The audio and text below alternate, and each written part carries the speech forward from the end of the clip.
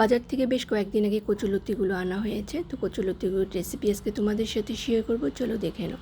আর যেহেতু অনেক দিন আগে আনা হয়েছে তার জন্য লতিগুলো শুকিয়ে গেছে, আর শুকিয়ে গেলে কচুলতি বেছে রান্না কেটে রান্না করতে সুবিধা হয়। তো আমার কচুলতিগুলো কেটে ধুয়ে রেখে দিলাম। এখন কড়াইতে গরম জল বসিয়েছি, সেখানে কচুলতিগুলোকে দিয়ে লবণ আর লেবু দিয়ে ভালোভাবে কচুলতিগুলোকে বয়েল করে নেব। আর কচুরলতি বয়েল করলে একটু বেশিক্ষণ বয়েল করতে হবে, যাতে লতিতে কিছু জার্ম থাকলে সেটাও বেরিয়ে যাবে। তো আমার লতিটা সেদ্ধ হয়ে গেছে, তুলে নিয়েছি। কড়াইতে তেল দিয়ে কালো জিরে ফোড়ন দিয়েছি, সেখানে পেঁয়াজ কুচি দিয়ে দিলাম এক এক করে। রসুন বাটা, পেঁয়াজ বাটা আর লঙ্কা বাটা দিয়ে ভালোভাবে একটু কষিয়ে নিব। তারপর দেবো হলুদের গুঁড়ো, লঙ্কার গুঁড়ো আর জিরের গুঁড়ো দিয়ে ভালোভাবে কষানোর পর যখন কষে আসবে তারপর আমি কচুলতিগুলো দিয়ে দিব। কচুলতিগুলো দিয়ে বেশ ভালো করে অনেকটা সময় সেটাকে রান্না করতে হবে, যতক্ষণ না লতি বা মশলা সব কিছু ফ্রাই না হয়ে যাচ্ছে।